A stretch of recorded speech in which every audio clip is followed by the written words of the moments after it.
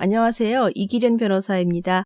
이번 시간에는 기간제 근로계약이 무엇인지와 어떤 형태를 갖는지, 그리고 판례는 기간제 근로계약을 어떻게 이해하고 있고, 또 기간제 근로자 보호를 위해 어떤 이론 전개를 하는지에 대해서 살펴보기로 하겠습니다. 하지만 비정규직 개념에 대해 국제적으로 통일된 기준은 없고, 다만 OECD에서는 고용기간이 짧은 유기계약 근로자, 시간제 근로자 및 파견 근로자 정도를 비정규직으로 파악한다고 합니다. 용어 문제에 있어서 현행 기간제 및 단시간 근로자 보호 등에 관한 법률에서는 제2조에서 기간제 근로자 및 단시간 근로자에 대한 정의 규정을 두고 있습니다. 한편 본 근로계약서 해설 과정 중 일용직 근로계약서에서는 일용직 계약이 비정규직 근로계약의 한 유형이라는 것을 설명드렸는데요. 그 외에도 기간의 정함이 없는 정규직에 대비하여 기간제 근로자와 단시간 근로자, 파견 근로자 등을 비정규직으로 분류하기도 합니다. 여기서 이번 시간에 보실 기간제 근로자는 보통 단기 계약직 근로자라고 통칭하던 파트타임 근로자를 의미한다고 이해해두면 되겠습니다. 기간제 근로 샘플 계약서에 해당되는 곳에서 설명드리도록 하겠지만, 먼저 기간제 근로 계약서에서 관심 있게 보아야 할 쟁점을 알고 있는 것이 이해하는 데 도움이 될 수 있습니다. 아시다시피 최근에 비정규직을 둘러싼 논의 중 가장 문제가 되는 근로 형태가 기간제 근로계약이라고 할 수 있습니다. 소위 기간제 근로자들은 정규직과 비교하여 근로 조건에 있어서의 차별을 많이 받았고 사용자 측에 의해 남용되는 사례도 많았다는 건데요. 실제로 경제 수요에 따른 노동의 유연성 확보라는 본래 목적을 벗어나 기간제 계약에 저임금과 근로조건 열악 등의 내용을 담고 있어서 잘못 이용된 측면도 없지 않습니다. 이러한 배경하에서 기간제 및 단시간 근로자 보호 등에 관한 법률이 제정될 당시에도 사용자 측과 근로자 측의 이해관계가 첨예하게 대립되었던 부분 중 하나는 바로 기간제 근로자 등의 고용 사유를 제한할 것인지와 또 그 기간은 얼마로 할 것인지였습니다. 결국 기간제 및 단시간 근로자 보호 등에 관한 법률은 구체적인 고용 사유를 제한하지는 않고 그 기간은 원칙적으로 2년으로 제한하는 것을 내용으로 제정되었는데요. 그 후 몇 차례의 개정을 거쳐 지금에 이르고 있습니다. 따라서 기간제 근로자의 보호 문제에 대해 현행 법과 판례가 어떤 시각으로 접근하는지를 염두에 두면 기간제 근로계약에 대한 이해가 보다 빠를 것으로 짐작됩니다. 자, 그러면 기간제 근로계약 샘플 계약서를 보시면 제목으로 기간제 근로계약서라고 되어 있습니다. 하지만 실제로는 제목에 기간제라고 적지는 않을 텐데요. 여기서는 이해의 편의를 위해 기재한 것으로 보시면 되겠습니다.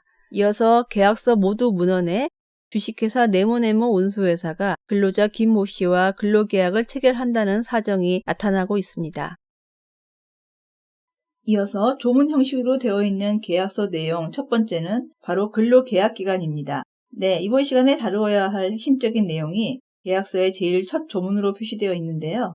용어 그대로 기간제 근로계약이란 기간의 정함이 있는 근로계약입니다. 그런데 현행 기간제 및 단시간 근로자 보호 등에 관한 법률 제4조에서는 일정한 예외를 제외하고 사용자는 2년을 초과하지 않는 범위에서 기간제 근로자를 사용할 수 있도록 하고 있습니다.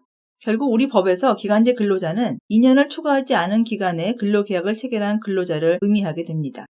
샘플 계약서에서도 네모네모 운수회사와 김모 씨 사이의 근로계약 기간이 2011년 8월 10일부터 2012년 8월 9일까지 1년을 약정한 것으로 되어 있습니다. 따라서 이 계약 체결 전에도 김모 씨가 네모네모 운수회사와 근로계약을 체결한 것과 같은 특별한 사정이 없다면 이 계약은 기간제 계약으로서의 성격을 갖는다고 보아도 무방할 겁니다. 기간제 근로계약도 근로관계 법령이 요구하는 사항을 반드시 포함해야 합니다. 즉 어디에서 근무할 것인지, 업무 내용이 무엇인지, 근로시간과 휴일, 임금과 휴가 규정 등이 그것입니다.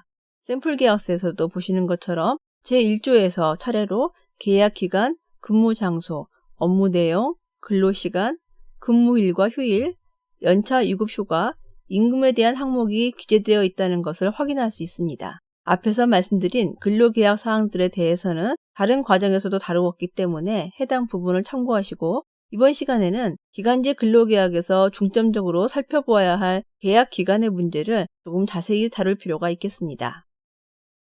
잘 아시다시피 근로계약서는 처분 문서이기 때문에 그 진정 성립이 인정되는 이상 반증이 있거나 이를 믿을 수 없는 합리적인 이유가 없는 한 그 기재 내용대로 법률 행위의 존재를 인정해야 합니다. 따라서 사용자와 근로자 사이에 기간제 근로계약서를 작성한 경우 우선 그 계약은 기간을 정한 근로계약으로 보아야 하는데요. 용어가 조금 어려울 수 있지만 여기서 처분 문서란 증명하고자 하는 법률상의 행위가 그 문서 자체에 의하여 이루어진 경위의 문서를 말하며, 진정 성립이란 그 문서가 작성 명의자의 의사에 기하여 작성되었다는 것을 말합니다. 기간제 근로계약에서 문제되는 것은 바로 이 기간이 만료된 이후 근로자의 법률상의 지위와 보호입니다. 이와 관련한 실제 사례를 먼저 보시면 무엇이 문제인지를 이해하는 데 도움이 될 것입니다. 행정법원 판례인데요. 원고 회사는 취업규칙에 촉탁근로계약의 대상자를 정년 이후 근무자로 그 계약기간을 1년으로 하고 있으며, 촉탁기간 만료 후 연장은 계약 갱신이 노사 합의된 경우에 하나며 갱신이 이루어지지 않을 경우에는 자동으로 퇴직하기로 정하고 있는 점, 위 각 재계약 근로계약서에 의하면 근로계약 기간이 1년으로 명시되어 있고, 계약기간 만료 후 합의에 의하여 근로계약이 연장되거나 갱신되지 않을 경우 근로계약은 일방의 이의에 구애받지 않고 별도의 통보 없이 자동 해지되도록 정한 점, 이 사건 근로계약상의 기간의 정함이 단지 형식에 불과하여 참가인들이 사실상 기간의 정함이 없는 근로자의 지위에 있었다고 보기 어렵다고 할 것이다 라고 하였습니다. 앞에서 소개해드린 판례는 계약서의 기재 내용대로 사용자와 근로자 사이에 체결된 계약을 기간을 정한 근로계약으로 보고, 그 기재 내용대로 당사자 사이에 약정이 체결되었다고 인정하는 원칙적인 형태를 확인하고 있습니다. 따라서 원칙적으로 근로계약 기간이 만료됨으로써 사용자가 별도의 통지를 할 필요도 없이 근로계약 관계는 종료된다는 것을 정확히 알아두어야 합니다. 그런데 현행 관련 법령에서는 이러한 기간제 근로자의 채용을 안정시키기 위한 보호 규정을 마련하고 있습니다. 근로자의 입장에서 보면 근로 제공을 하여 임금을 수령할 수 있는 기회가 없다면 그 외 나머지 근로 조건이 차지하는 의미는 크지 않을 것입니다. 그만큼 근로자의 채용의 안정은 중요한 문제가 아닐 수 없는데요. 이에 따라 법률에서는 사용자는 기간의 정함이 없는 근로계약을 체결하고자 하는 경우에는 당해 사업 또는 사업장의 동종 또는 유사한 업무에 종사하는 기간제 근로자를 우선적으로 고용하도록 노력하여야 한다고 규정하기도 합니다. 이에 관해 우리 법원의 입장을 정확히 이해해 둘 필요가 있는데요. 법원은 앞서 소개해드린 것처럼 기간제 근로계약에 대한 원칙적인 견해를 유지하면서도 일정한 경우 기간제 근로자를 보호하려는 이론 전개를 하고 있습니다. 판례의 경향을 요약하면 근로계약이 이루어지게 된 동기 및 경위, 기간을 정한 목적과 당사자의 진정한 의사, 동종의 근로계약 체결 방식에 관한 관행, 그리고 근로자 보호 법규 등을 종합적으로 고려하여 사실상 기간의 정함이 없는 근로계약인지 여부를 참작한 후 기간제 근로자인지를 판단한다고 할 수 있습니다. 법원은 일정한 경우 기간제 근로계약의 법리를 수정하여 기간 만료에 따른 근로관계의 종료에 일정한 제약을 가하고 있는데요. 다음과 같이 세 가지로 유형을 분류하고 있습니다. 먼저 순수기간제 유형인데요. 통상 근로계약서상의 근로계약 기간이 명시되어 있고 그 기간이 만료됨에 따라 사용자의 해고 등 별도의 조치를 기다릴 것 없이 근로자로서의 신분관계는 당연히 종료되는 전형적인 기간제 근로계약을 말합니다. 이와 관련된 사례를 요약하면 주식회사 A는 공항에 승객과 화물을 운반하는 버스 회사로서 최모 씨와 1년간의 한정 근로계약을 체결하였습니다. 한편 기간 만료에 즈음하여 A 회사는 최모 씨에게 갱신 거절의 의사를 밝혔는데요. 반면 최모 씨는 이 사건 근로계약 기간이 시용기간인 점, 한정 근로계약을 맺고 입사한 다른 버스 운전기사들은 근로자 측에 특별한 사정이 없는 한 기간 만료 후에도 계속 근무한 점, A 회사는 최모 씨와 갱신 거절 후에도 계속하여 운전기사 신규 채용을 한 점 등을 근거로 이 사건 근로계약이 기간의 정함이 없는 근로계약이라고 주장한 것입니다. 물론 실제 이 사건의 사실관계는 더 복잡하지만 결국 판례의 요지는 처분 문서인 근로계약서 문헌에 따라 근로자와 사용자 사이에는 기간의 정함이 있는 근로계약이 맺어진 것이라고 봄이 원칙이라는 것이었습니다. 판례는 기간을 정하고 있는 근로계약서를 작성한 경우에 이 계약서가 기간을 정하지 않은 근로계약인지를 여러 가지 자료를 토대로 판단하지만 가장 기본적인 판단 요소는 당사자의 진위라고 할 수 있겠습니다. A회사는 기간 만료에 즈음하여 갱신 거절의 의사를 표시했고 근로자 최 씨도 이 근로계약서가 한정 근로계약이라는 점을 알고 있었다는 것을 주목할 필요가 있습니다. 자, 그러면 샘플 계약서 1조를 다시 볼까요? 네, 샘플 계약서도 주식회사 네모네모 운수회사와 김모 씨의 1년짜리 기간을 정한 근로계약입니다. 그런데 계약서에는 더 이상의 구체적인 사정은 나타나 있지 않아서 일률적으로 말하기 곤란하지만 만일 사용자 측의 입장에서 기간을 1년 단위로 약정하고 그 이후의 갱신은 별도 계약을 통해 한다는 의도라고 한다면 본 샘플 계약서 제1조 혹은 다른 적당한 곳에 본 계약 기간은 1년으로 하며 별도의 통지가 없어도 기간 만료 시 당연히 근로관계가 종료된다는 것과 같은 취지의 문구를 삽입하는 것도 좋겠습니다. 다음으로 사실상 무기계약 유형이 있는데요. 이는 단기의 근로계약이 장기간에 걸쳐서 반복하여 갱신됨으로써 그 정한 기간이 단지 형식에 불과하게 되는 경우 등 계약서 내용과 근로계약이 이루어지게 된 동기 및 경위, 기간을 정한 목적과 당사자의 진정한 의사, 동종의 근로계약 체결 방식에 관한 관행, 그리고 근로자 보호법규 등을 종합적으로 고려하여 그 기간의 정함이 단지 형식에 불과하다는 사정이 인정되는 경우를 말합니다. 여기서 사실상 무기계약으로 판단하기 위해서 사용되는 판단 기준에는 여러 가지가 있음을 알 수 있습니다. 먼저 근로계약이 반복하여 갱신되었는지와 관련된 사례로는 원고가 참가인에 입사한 이래 갱신한 근로계약 갱신 횟수는 2회에 불과하고 총 근무 기간도 2년 8개월에 지나지 않으며 원고가 소속된 재활상담 계약 직원들도 총 근무 기간이 1년 미만인 경우도 많이 있고 근로계약 갱신 횟수도 2 내지 5회에 불과한 점. 변론에 나타난 재반 사정에 비추어 보면 원고와 참가인 사이에 체결된 근로계약은 기간을 정하는 근로계약이라고 할 것이다 라고 하여 단순히 형식적인 반복 갱신만으로는 기간제 근로계약을 사실상 기간에 정함이 없는 근로계약으로 판단하지는 않고 있고, 원고위원회가 1997년 11월 1일 참가인을 계약직으로 고용한 이래 이 사건 대기 발령이 있기 전까지 5차례에 걸쳐 고용계약을 계속해서 갱신해왔음은 앞서 본 바이고, 참가인과 같은 무렵에 계약직으로 고용된 근로자 중에는 일반직으로 승진하기까지 한 전례가 있음에 비추어 볼 때 참가인이 원고위원회의 주장과 같이 상급자의 지시를 충분히 파악하지 못하고 불성실한 근무 태도를 보인 부분이 있다 하더라도 그러한 점이나 새로운 근무 평정 제도를 도입한 결과가 최하위라는 점만으로 참가인이 원고위원회에서 일할 수 없을 만큼 직무 수행 능력이 현저히 부족하다고 단정할 수 없다 할 것이어서 이 사건 대기 발령 및 직권 면직을 한 것은 재량권의 일탈, 남용이 아니라 할 수 없다라고 하여 장기간에 걸친 근로계약의 반복 갱신과 과거 계약직 근로자의 일반직 승진 사례 등을 고려하여 사실상 기간의 정함이 없는 근로자라고 판단하고 있습니다.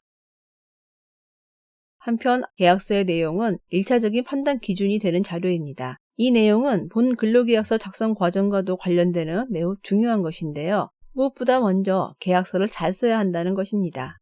앞에서도 말씀드린 것처럼 근로계약서는 처분 문서이기 때문에 그 진정 성립이 인정되는 이상 반증이 있거나 이를 믿을 수 없는 합리적인 이유가 없는 한 그 기재 내용대로 법률 행위의 존재를 인정해야 하며, 따라서 사용자와 근로자 사이에 기간제 근로계약서를 작성한 경우 우선 그 계약은 기간을 정한 근로계약으로 보아야 한다는 것입니다. 일단 분쟁이 발생하여 법원에서 이를 판단하게 되는 경우 법원으로서는 계약서에 적힌 그대로 인정할 수밖에 없다는 점 명심하시기 바랍니다. 따라서 앞에 인정사실에서 본 바와 같이 당시 참가인은 원고와 사이에 연봉계약직 사원용 고용계약서를 작성함에 있어 고용계약 기간을 1년간으로 명시하였고, 원고 등이 이에 아무런 이의를 제기하지 아니하고 계약서에 서명 날인하였던 점, 원고와의 고용계약서상 휴가 및 근로시간 등 근로조건에 관한 규정을 일반 직원 혹은 정규 직원에 준하여 실시하도록 규정되어 원고의 지위를 일반직 사원과 준별하고 있는 점, 고용계약서상 계약기간 만료 시에 재임용 절차 및 요건에 관한 규정이 없는 점, 그 기간의 정함이 단지 형식에 불과하여 원고가 사실상 기간의 정함이 없는 근로자의 지위에 있었다고 볼 수는 없다라고 한 판례는 계약서 작성의 중요성을 잘 보여주고 있는 사례입니다. 이외에도 판례에 나타나는 사례에 의하면 근로계약이 이루어지게 된 동기, 경위, 기간을 정한 목적과 당사자의 진정한 의사도 판단 기준으로 삼고 있습니다. 따라서 담당 업무가 전문성을 띠는지, 담당 업무의 존속 가능성 여부, 정규직 근로자 채용 과정의 일부인지, 경영상, 현실상의 필요성 등에 따라 기간의 정함이 있는 계약인지를 결정하고 있습니다. 한편 동종의 근로계약 체결 방식에 관한 관행도 판단 기준으로 작용하며 근로자 보호 법규, 단체 협약이나 취업 규칙의 근거 조항의 존재 등도 중요한 판단 기준이 될 수 있을 것입니다. 이어서 판례에 나타나는 세 번째 유형은 바로 갱신기대권 형태입니다. 즉, 기간을 정한 근로계약이라 하더라도 기간의 만료로 인한 사용자의 재계약 거절이 무한정 허용되는 것이 아니라 일정한 경우 근로자에게 근로계약 갱신의 기대권이 인정되어 사회통념상 상당하다고 인정할 수 있는 합리적인 이유가 없는 갱신 거절은 제약될 수 있다는 것입니다. 이 유형도 근로계약서 기타 일을 구체화하는 취업규칙, 사규 등의 작성과 관련하여 매우 중요한 의미를 갖는다고 할 수 있는데요. 이처럼 갱신 기대권이 인정될 수 있는지를 판단하는 자료로는 재계약 절차 및 요건이 계약서 등에 존재했는지 또는 업무가 임시적 혹은 계절적이 아니라 전문성을 갖는 것인지 등을 들 수 있습니다. 대표적인 것으로 대학교 계약 직원들의 사례를 들 수 있는데요. 이와 같이 이 사건 임용 규정에 계약 직원의 재임용에 관한 규정을 두고 근무 실적 평가에 관한 구체적 내용은 총장이 별도로 정하도록 하고 있는 사실, 참가인은 1997년 9월 이후 60여 명의 직원들을 모두 계약직으로 채용하여 필요한 경우 계약을 연장해왔고 2000년 8월 1일 계약직 임용 규정을 제정하여 재임용 등을 해온 사실, 참가인은 2002년 12월 27일 직원인사위원회에서 계약기간이 만료하는 계약 직원 6명에 대하여 근무 실적 평가를 한 결과에 따라 평균 점수 3.0 이하인 이모 씨, 한모 씨와는 재계약을 하지 않기로 하고 나머지 4명과는 재계약을 하기로 결정한 사실. 이와 같은 사정들에 의하면 참가인은 근무 실적 평가를 바탕으로 하여 일정한 경우에는 계약 직원을 재임용할 수 있다는 이 사건 임용 규정에 따라 근무 실적 평가가 우수한 계약 직원을 계속 재임용해 온 것으로 보이므로 원고에게는 근무 실적 평가에서 우수한 점수를 얻으면 재임용될 수 있다는 합리적이고 정당한 기대권이 인정될 여지가 있다는 판례가 있습니다. 그렇지만 기간을 정한 근로계약 중 근로자에게 근로계약 갱신의 기대권이 인정되는 경우라고 하더라도 사회통념상 상당하다고 인정할 수 있는 합리적인 이유가 있는 경우에 회사가 근로자와의 근로계약을 갱신 거절하는 것은 정당하다고 보아야 할 것입니다. 예를 들어 택시 운송회사의 경우 근로자가 약정 운송 수입금 납부 문제로 승무 정지 처분을 받았음에도 계속하여 동일하게 운송 수입금을 제대로 입금하지 아니하는 등 지속적으로 근로계약서에 정하여진 원고의 의무를 제대로 이행하지 아니하는 경우라든가 공과금 수납 업무를 위해 채용된 은행의 계약직 사무행원의 경우 공과금 수납 업무량 자체가 현저히 감소하게 된 점, 당초 행원들을 채용한 목적이 공과금 수납 제도의 개선을 계획하고 시범 운영하는 과정에서 개선 방안이 확정될 때까지 공과금 수납 업무에 투입될 인력을 탄력적으로 조절할 필요성에 기인하였던 것인데 은행의 공과금 수납 업무가 정착되고 업무량이 감소함에 따라 더 이상 별도의 공과금 전담 직원을 고용할 필요성이 없어졌다고 보여지는 사정이라든가 지방자치단체 무용단원의 경우 재위촉 거부 통보의 합리성이 인정되는지 여부에 관하여 실기평정에 있어서 원고 서모 씨, 박모 씨 등 무용단원에 대한 실기평정은 전형위원 6명이 위촉되었고 실기평정이 자의적으로 실시되었다거나 공정성을 상실하였다고는 볼 수 없다. 또한 근무평정에 있어서 앞서 본 바와 같이 참가인이 근무평정을 함에 있어 평가 요소로서 조직생활, 규정 준수, 참여도와 아울러 징계 사유나 무단 결근 등의 사유에 대하여 감점 조치를 하도록 하고 있는 등 비교적 객관적이고도 상세한 기준을 두고 있고 근무 평정 역시 자의적으로 평가되었다고는 볼 수 없다. 따라서 이 사건 재위촉 거부 통보에는 사회통념상 상당하다고 인정되는 합리적인 이유가 존재한다고 할 것이라는 사례에서는 사용자 측의 갱신 거절에 합리적인 이유가 존재한다고 보고 있습니다.